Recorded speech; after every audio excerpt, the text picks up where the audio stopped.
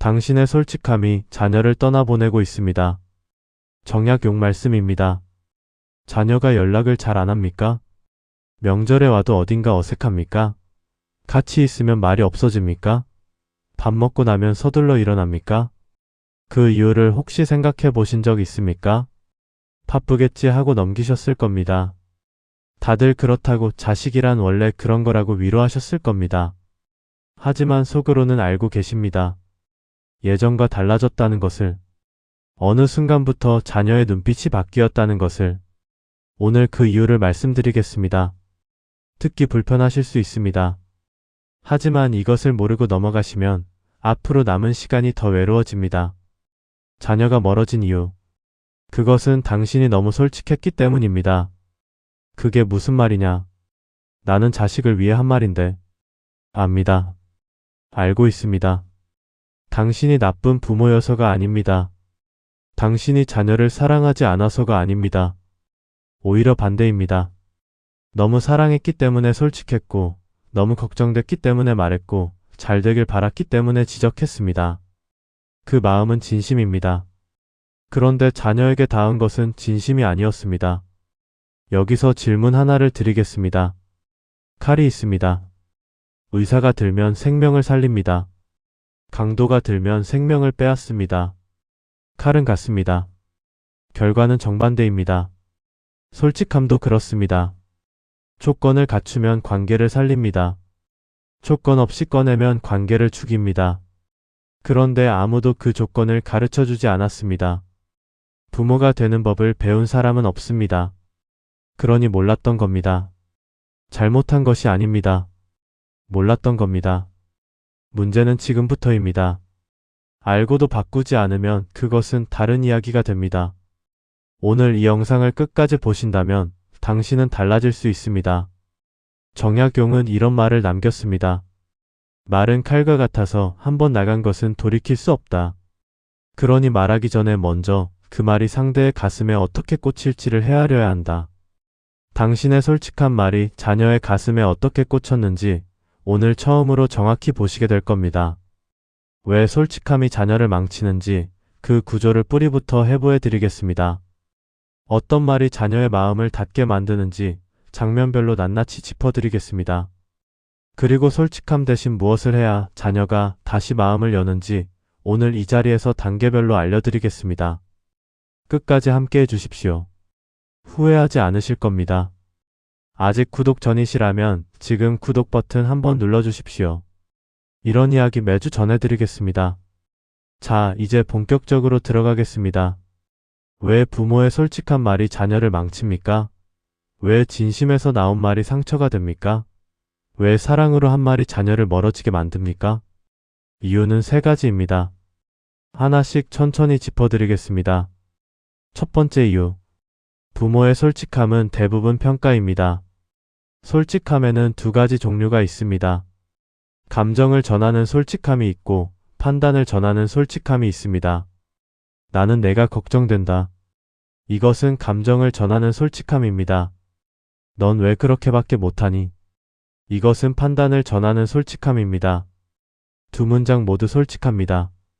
두 문장 모두 자녀를 향한 말입니다. 그런데 자녀가 받아들이는 방식은 완전히 다릅니다. 감정을 전하는 말을 들으면 자녀는 부모가 자신을 걱정한다고 느낍니다. 판단을 전하는 말을 들으면 자녀는 자신이 부족하다고 느낍니다. 문제는 대부분의 부모님이 판단을 전하면서 감정을 전하고 있다고 착각하신다는 겁니다. 넌 왜 그렇게밖에 못하니? 이 말을 하실 때 부모님의 마음속에는 걱정이 있었을 겁니다. 그 걱정은 진심입니다. 그런데 자녀에게 전달된 것은 걱정이 아닙니다. 너는 부족하다는 평가가 전달된 겁니다. 인간은 평가를 받으면 본능적으로 움츠러듭니다. 이것은 의지의 문제가 아닙니다. 뇌의 구조 문제입니다. 평가를 받는 순간 사람의 뇌는 위협 신호를 감지합니다. 그리고 그 위협으로부터 자신을 보호하려 합니다.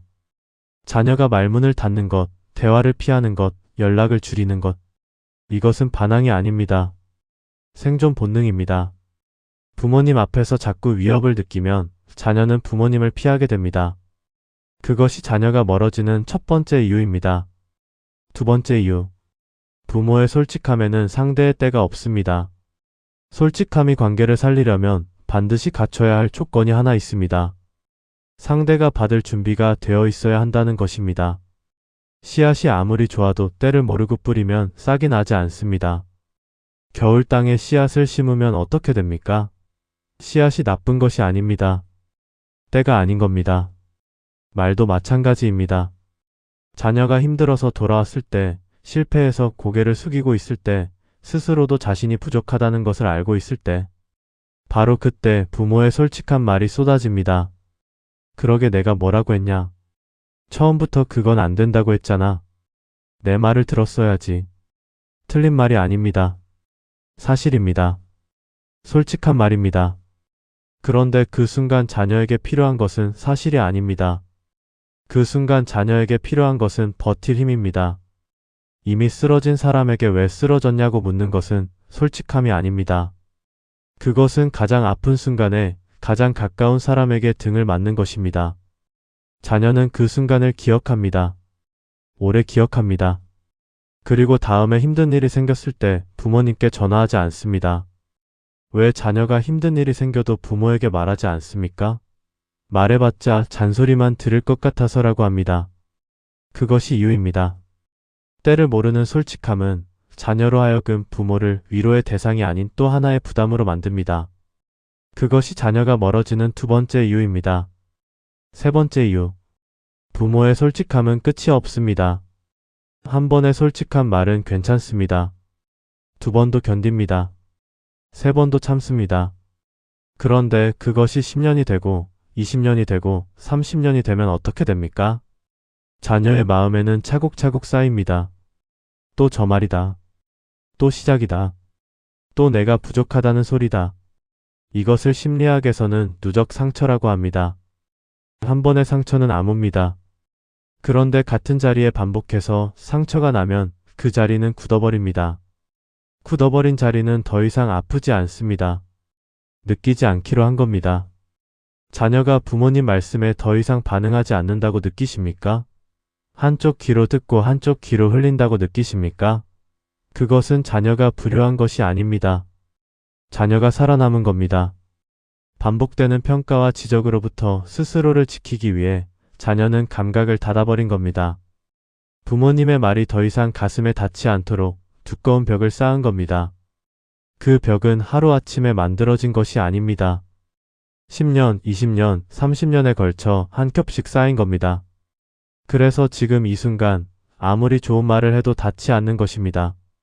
그래서 지금 이 순간 진심을 담아 말해도 자녀가 반응하지 않는 것입니다. 벽이 너무 두꺼워진 겁니다. 그 벽을 허물려면 지금과는 완전히 다른 방식이 필요합니다. 그 방식을 오늘 알려드리겠습니다. 정리해드리겠습니다. 부모의 솔직함이 자녀를 망치는 이유는 세 가지입니다. 첫째, 부모의 솔직함은 대부분 감정이 아니라 평가입니다. 평가를 반복해서 받은 자녀는 부모 앞에서 위협을 느끼고 스스로를 닫습니다. 둘째, 부모의 솔직함에는 상대의 때가 없습니다. 가장 힘든 순간에 쏟아지는 솔직한 말은 자녀로 하여금 부모를 피하게 만듭니다. 셋째, 부모의 솔직함은 끝이 없습니다. 수십 년에 걸쳐 쌓인 누적 상처는 자녀의 마음에 두꺼운 벽을 만들어냅니다. 바로 이 지점이 핵심입니다. 문제는 솔직함 자체가 아닙니다. 솔직함의 방식이 문제입니다. 그렇다면 정약용은 이 문제를 어떻게 보았습니까? 그분은 이미 200년 전에 이 문제의 본질을 꿰뚫어 보고 있었습니다. 지금까지 말씀드린 것을 정리해드리겠습니다. 부모의 솔직함이 자녀를 망치는 이유는 솔직함 자체가 문제가 아니었습니다. 때와 그릇과 온도를 갖추지 못한 솔직함이 문제였습니다. 그리고 그 해법은 네 가지였습니다. 평가 대신 감정을 말하십시오. 말하기 전에 3초를 멈추십시오. 진술 대신 질문으로 바꾸십시오. 그리고 때로는 침묵을 선물하십시오. 이 네 가지를 오늘부터 하나씩 해보십시오. 한꺼번에 다 하려 하지 마십시오. 하나만 해도 자녀가 달라집니다. 하나가 쌓이면 둘이 됩니다. 둘이 쌓이면 셋이 됩니다. 지금 이 영상을 보고 계신 당신은 이미 달라지기 시작하셨습니다. 달라지고 싶어서 여기까지 오셨기 때문입니다. 그것으로 충분합니다. 그것이 시작입니다. 오늘부터 자녀에게 말하기 전에 딱 한 가지만 기억하십시오. 이 말은 뱉는 것입니까? 건네는 것입니까? 이 질문 하나가 당신과 자녀 사이의 관계를 바꿉니다. 당신은 나쁜 부모가 아닙니다. 몰랐던 겁니다. 이제 아셨으니 달라지실 수 있습니다. 그 변화가 자녀에게 닿는 데는 생각보다 오랜 시간이 걸리지 않습니다. 침묵해야 할 때 침묵하는 것. 그것이 가장 강한 사랑의 언어입니다. 오늘 영상이 가슴에 와닿으셨다면 좋아요로 표현해주세요. 당신의 좋아요가 같은 고민을 안고 계신 분께 이 영상을 전합니다. 아직 구독 전이시라면 구독 버튼도 눌러주십시오. 매주 이런 이야기로 찾아뵙겠습니다. 댓글에 이 한 문장만 남겨주세요. 나는 오늘부터 건네는 말을 한다. 이 문장을 남기는 순간 당신은 스스로에게 서명하시는 겁니다. 오늘의 침묵이 내일의 존엄이 됩니다. 정약용 말씀이었습니다.